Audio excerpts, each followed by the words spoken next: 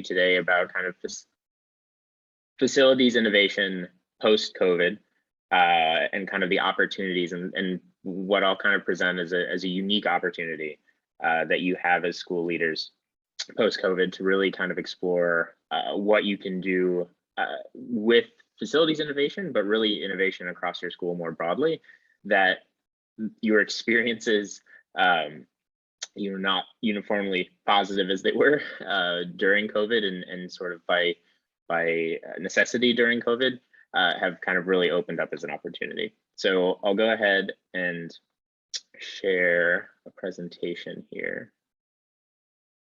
I'm always pretty bad at this. Let me see. Okay. I always share in the wrong order.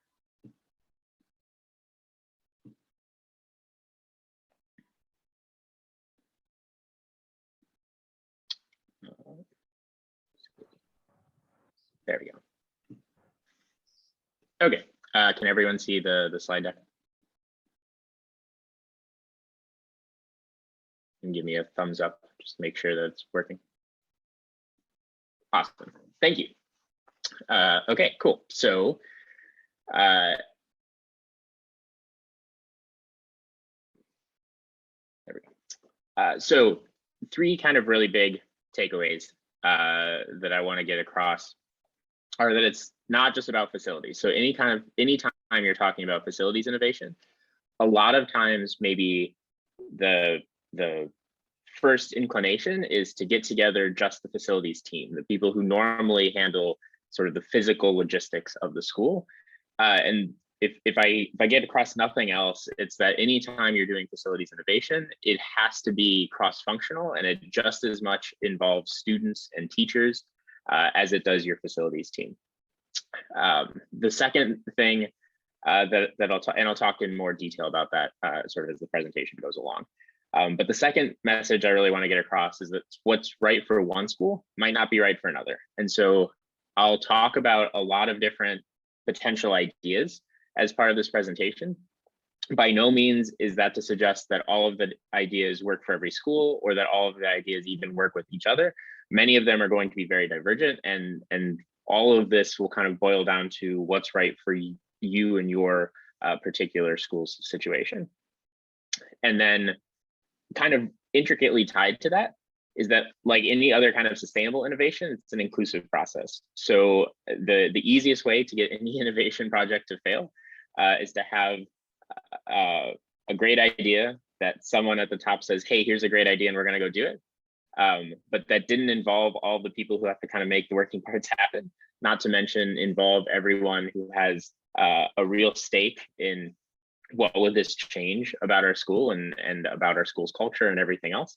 And so sort of starting from day one, getting everyone involved in the process is super important. And I'll say more later.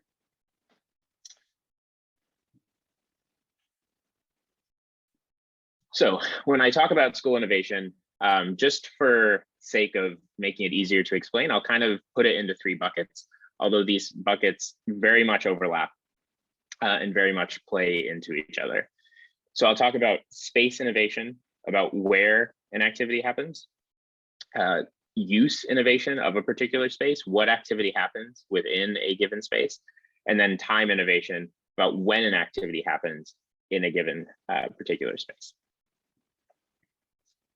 Okay, so on the where, so the reason that COVID has kind of given this particularly unique opportunity to look at how, when, and where we do things is because by necessity, this picture on the left became very normal, right? As a teacher, ideally a student maybe was sitting at a nice desk like this, but like as a teacher, all you really knew was the ceiling fan because that's what you can see on Zoom from your students. But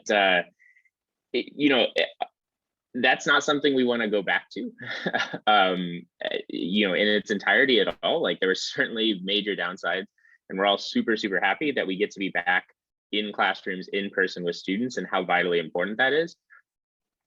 But it does raise the question of what could we still be having done in that setting that might open up opportunities, and just how do we use what space learning occurs in to open up other opportunities that we can do really cool in-person things. And so the middle photo is a photo of a school in Grand Rapids, the Public Museum School in Grand Rapids. And it's a school that's built its entire essence as a school around being in this existing public museum, learning through that, and then sort of doing excursions into the community immediately surrounding it.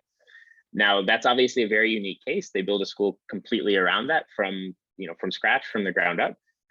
But it opens up kind of like maybe an extreme of the possibilities of like, okay, what could we do? What spaces could we utilize that we're not currently utilizing in our community? And then on the right-hand side is just a photo of kind of a science lab that could exist at a particular commercial partner in your community. So there could be a business that has chemistry labs and that sit maybe unutilized. Maybe they have additional lab space. And that opens up opportunities for sort of really two things. One is you get the industry partner connection for your school and for your students, which might open up internship opportunities, might open up sort of new senses of where they could go with their careers. But it also opens up the possibility that there are advanced science classes that you simply couldn't do in your existing science labs, but that would be an opportunity maybe for a small group of students by looking to that community partner. Now, it also, depending on where your school is located, you might not have industry partners that have this sort of lab space available in your community, but it's very likely that you might have a community college or a university nearby. And those spaces often do have these sorts of spaces that may very well have labs that are, underutilized per se, and a partnership is possible there. Now, the real benefit, and this will come out in kind of looking at the other two dimensions, but the benefit of saying, well, where do we do these activities, is that it lessens the burden on your current space to do other things, right? So on the one hand, if you have students, for example, utilizing the left side, doing some work in some kind of remote capacity, not all of it, the in-person is vitally important, but having some work be remote might lessen the sort of space burden on, now you can have smaller in-person focused groups when they're in the school space. As charter schools in particular, obviously facilities budgets, you don't have the same funding mechanisms for facilities budgets that public schools do. You don't have property taxes. And so therefore, you're always going to be constrained on how many of these sorts of amenities you can put in. So for instance, the sort of sharing of community lab space is a great opportunity to build out science labs that maybe a traditional neighborhood public school might be able to do, depending on what their property tax base is, but probably is just kind of out of the realm of possibilities for a charter school. But by sharing that space, the community partner sees a tremendous benefit to that, especially if it's a community college or other entity or industry partner that's building a employment or student pipeline. But then obviously you see tremendous benefit to being able to have those facilities that you just wouldn't otherwise be able to afford to put into your school. Okay, so the second dimension of use, what do you do kind of in your traditional space?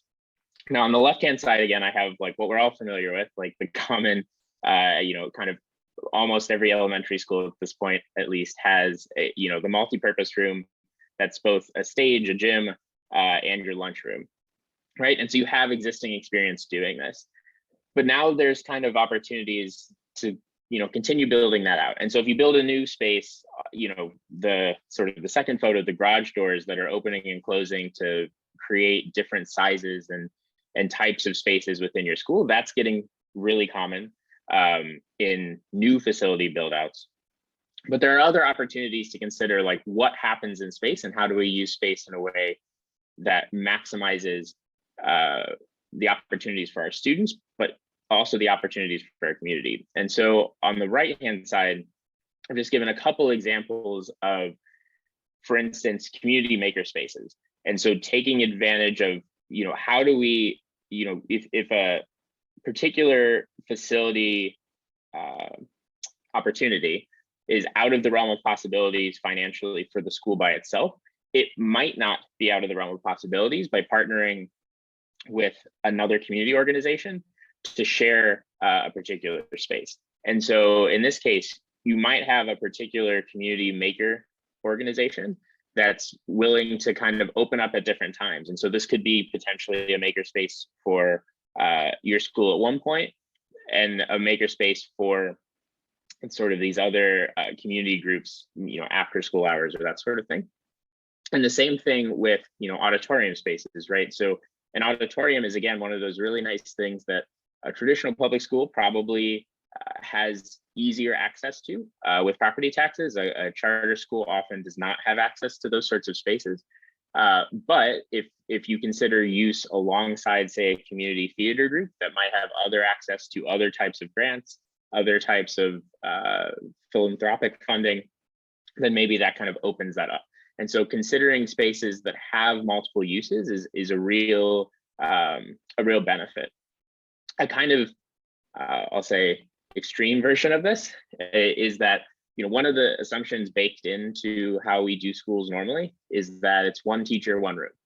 Now, not all schools do that, and often charter schools are the ones when it doesn't work like that. It's usually charter schools, and the reason is usually because your facilities budgets are constrained by your inability to levy property taxes, and so you have to, by necessity, are forced to be innovative about how do you consider space, and you just can't have that.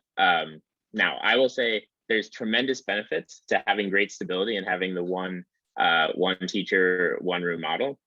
So it's definitely not something that's the right model for every school, not at all. But there are perhaps some school models where kind of a model where both students and teachers move around is something that's appropriate for the school, where it's maybe kind of a more of a college type format in that way. Again, not right for everyone, but for a school that is right for, if you think of a 7-period school day, where at least one of those periods was being used as a teacher prep period, well, then you've cut your school's footprint by a seventh.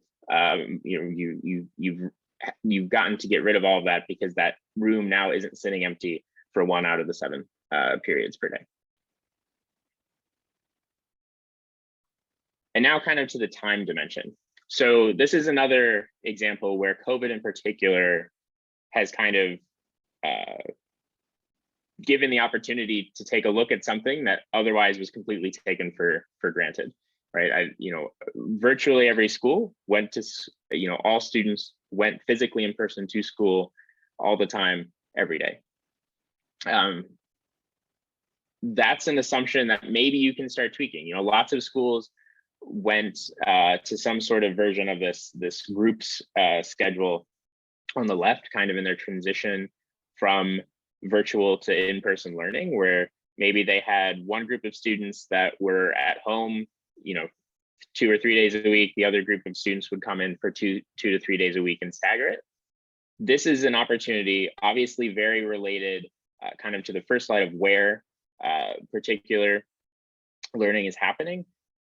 But this opens up the opportunity, again, to be innovative about what activities are really important to be in person or to happen at certain times of day, and then which activities are less important to be in person or could happen anytime. And again, the benefit of thinking through this from an innovation perspective is if you have half as many students in person at any given point in time, then that stretches your current facilities much farther than they would otherwise go. So on a, there's 2 ways to look at that. One way to look at that is that means that you have opportunities to build out all of these ancillary spaces you wouldn't otherwise have because you need less classrooms. Another way to look at it is you keep everything the same as what you would normally have in your facility, but you have a smaller classroom footprint. And then all of that additional money that would be going into classroom space can go into teacher salaries and additional teachers and additional support individuals for your school.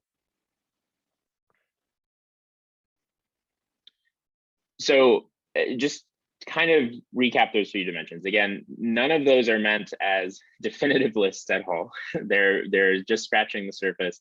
They're not meant as kind of distinct buckets because quite frankly, they overlap a lot. But those three metrics seem to be really helpful when we're kind of driving and starting conversations with school groups, with teachers, with students about what might we do if we look at everything fresh and new, like what might we do? And again, COVID in particular has given this opportunity that by necessity, everything changed really fast. And so there's some degree of kind of, I don't know, muscle memory to innovation practice, where if you've done a certain amount of kind of change management, so to speak, then it gets easier the next time around. Now, no one wants to go back to the version of and the pace and kind of the imprecision of the change management that had to happen, again, by necessity because of COVID. But you have this kind of tremendous built up reservoir of the skill set within your students, your teachers, your administrators that you just didn't have before all of that change happened. And so now there's kind of an opportunity to be very intentional, very careful, very methodical, very inclusive about what might we do differently than we've always done it? What assumptions have we always made that we had to do things in a certain way, but maybe we saw didn't exactly have to work that way? And then what opportunities would that allow us to take advantage of if we pursued those paths? And so in that vein, the next thing sort of that I'll just talk through is the really necessary process of engaging with your whole community to then start the process of figuring out what are these ideas, what are these opportunities, and then the really necessary process of rapidly testing those to figure out, is it good? Does it fly? Does it have legs? Can we get it off the ground or not? And being able to do that really easily, really cheaply, especially, that's critically important, and in a way that we can then continue to build and iterate off of that, and then ultimately sort of only choose through this process the things that are actually going to make our schools, in our unique situation, because one school is completely different from the next, a better place for our students and for our families and for our teachers. Right, so on the engagement component, like what administrators made incredible efforts over COVID to kind of do the impossible of engaging their communities on a timeline that they had no control over, and that they could be getting a message from the public health department any day that completely scrapped everything that they were trying to do, right? This version of innovation doesn't need to look like that, and so the engagement process really is, the more inclusive it is from day one, the more sustainable it is long term. I think everyone's experienced probably the kind of like process change, idea churn that comes when you have a new member of management and they have their new thing that they want to do. And so it goes along as long as they're there, but then they leave and then it's gone the next day kind of thing. That's not at all what the idea is here. The idea here is it wouldn't matter whether your administration changed, who left, who came in, because the process and the ideas and the changes that are being made ground up. And so any one individual person or even small group of people wouldn't change any of that, because the community as a whole would be driving and continuing that change. And so at this point in the process, like in terms of engaging, and I'll talk a bit more about this later too, it's really helpful. There's a few different strategies. I'll give a couple later that provide like very specific toolkits for managing these kinds of conversations.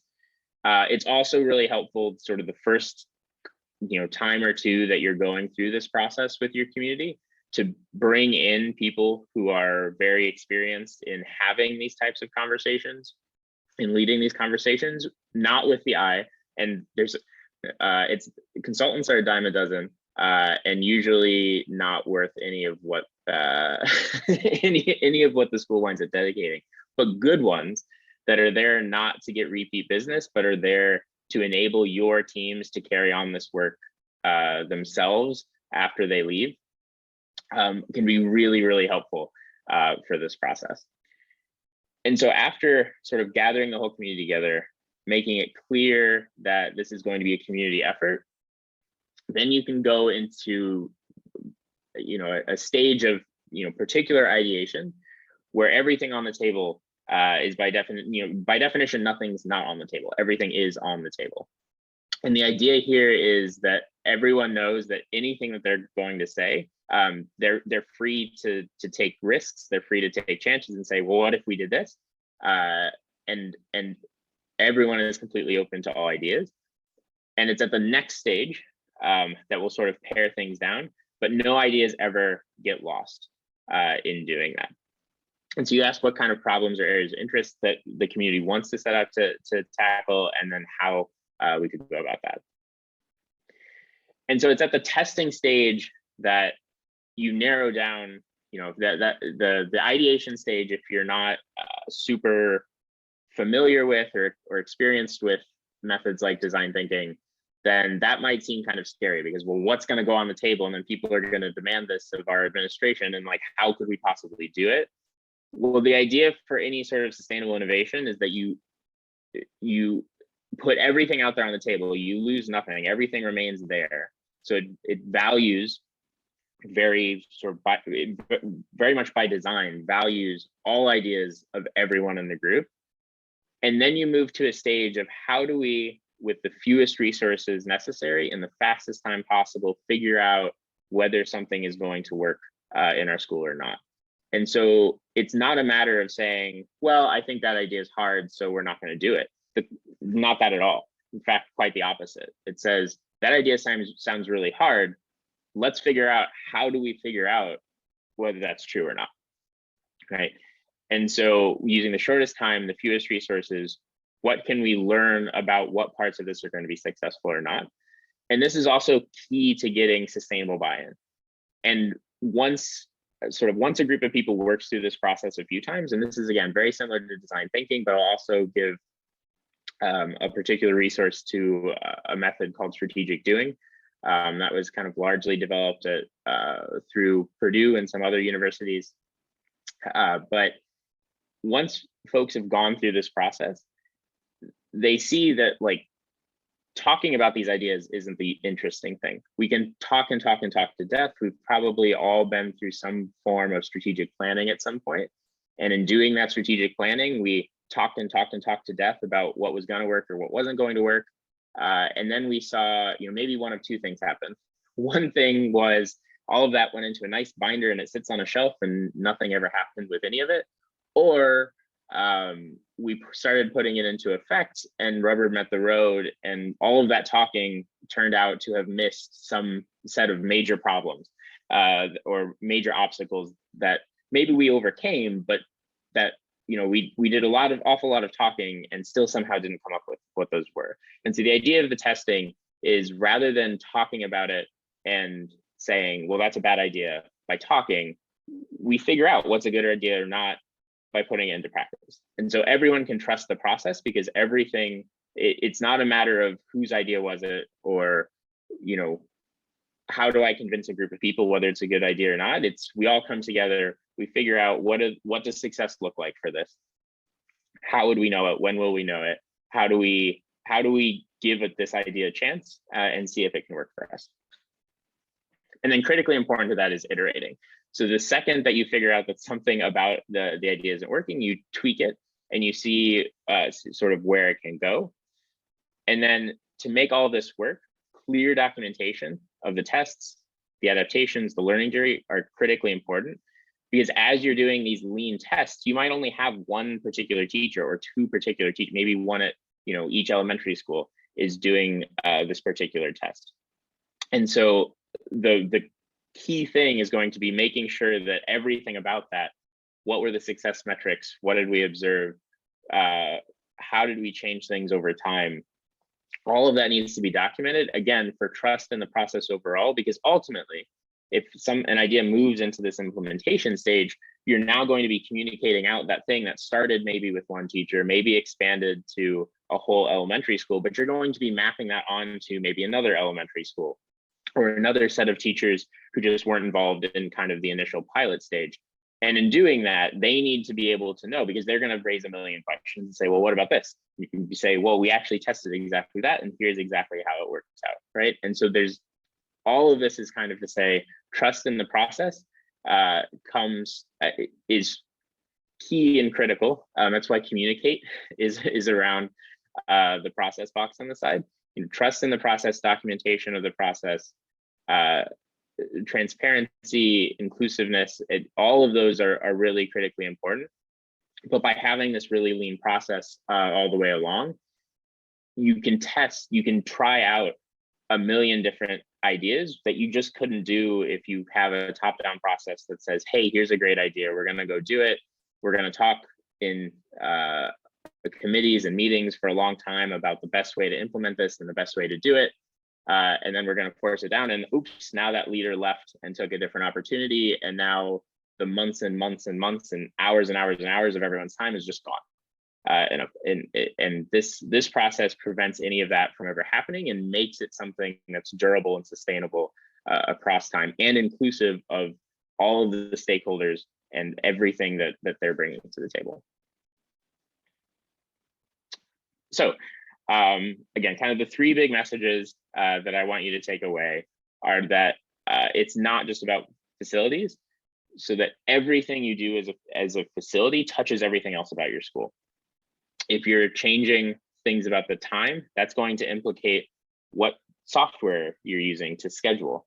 If you're changing things about, where things are happening, that's going to implicate your student information system. It's going to implicate your learning management system.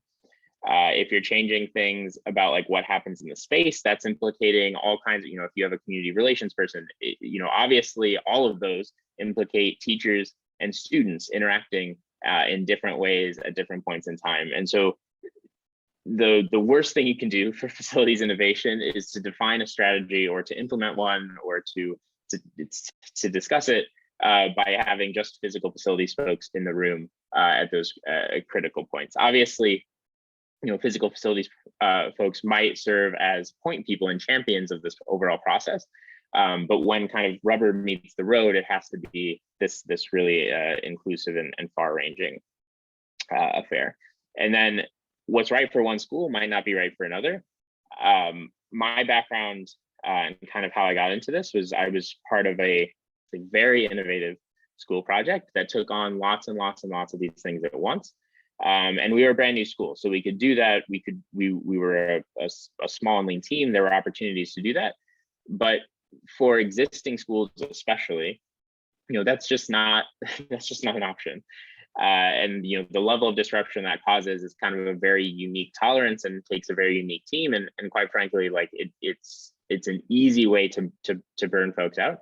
And so the idea here is not to have all these high-minded ideas and, oh, we should go and try to do a bunch of them. It's really that very tiny changes even can make a big impact. And which very tiny changes are the big impact changes for your particular school are defined entirely by what your school model is and what curriculum you use and what you're trying to accomplish and what your goals for your graduates are.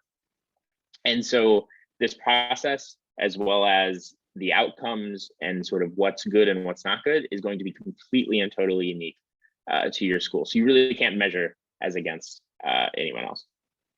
And then the third kind of component, which I've really mentioned as part of the first two, is that for any kind of sustainability, any kind of durability, it has to be an inclusive process, and it has to be an inclusive process from the very beginning. So then I mentioned I was going to give a few additional resources. So strategic doing, if you're familiar at all with design thinking is kind of the second one, is the K-12 lab. So the design school, the D school at Stanford is kind of a broader university level version of design thinking, but they have a K-12 lab that specifically looks at how do you bring these ideas into a K-12 setting. And they have a network of practitioners who just are really excited and interested in talking to other folks who are doing this. Some of those are professionals in the space, specifically in design. Many of those are teachers at schools or administrators at schools spread out across the country who just really enjoy doing this work and are really excited about it and love talking to folks. Strategic doing is kind of a very related strategy, but it's particularly helpful in these engagement components. I think design is really good. The design thinking method is really good and kind of well suited to building products or to building a particular innovation, to figuring out how do I do the testing, how do I do other components of that. Strategic doing tells you more about how do I lead these engagement conversations and these inclusive ideations. And so resources for both of those are listed. And then I list this third organization, Getting Smart, as at least as far as I've ever seen, the most comprehensive location of documentation of schools doing interesting things. And so pretty much, I mean, tons and tons and tons of schools across the country who have done something unique about how they're using time or space, or the use of their facilities. It's kind of all there. And so if you're looking for some place to go to try to see, how is anyone else in the country doing this, I think a great starting point is just their website. And then quite frankly, even if it's not on their website, giving them an email or a call and saying, hey, this is what I'm doing. Have you seen anything else that looks like this? Can be really, really helpful in figuring out, is there someone out there? I think, again, as at least as a one-stop shop, I can't imagine a better place to go to try to get connected to other schools that are doing something particularly innovative. Okay, and so with that, I'll open it up to any questions that you have, any feedback. How have your school's experiences been sort of with this? If there's any thing in particular you want to discuss, or any particular goals that you have and that you want to mention. So thank you, and I'll essentially turn it over to you.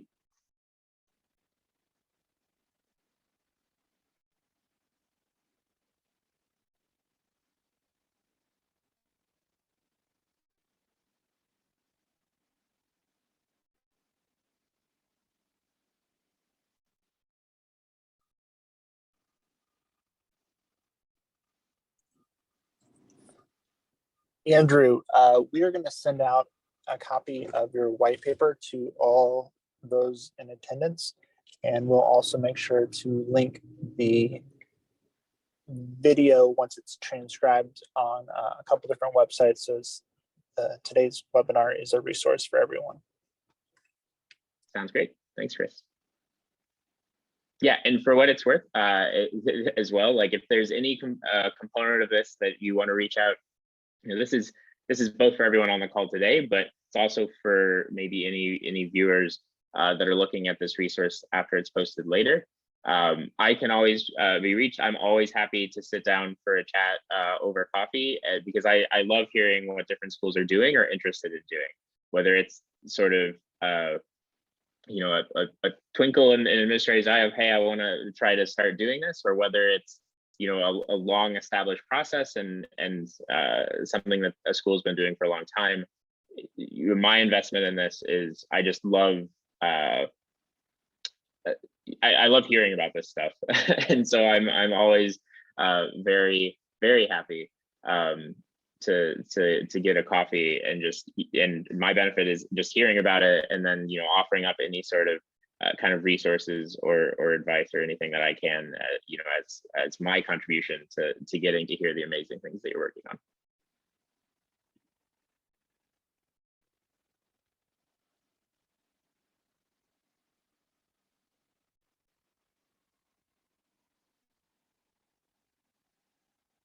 So with that, I think if we don't have any particular questions or discussion, I think we can wrap up our session. But thank you all so much for attending, and I look forward to to hearing and reading about the really great things that you all do with your schools and communities.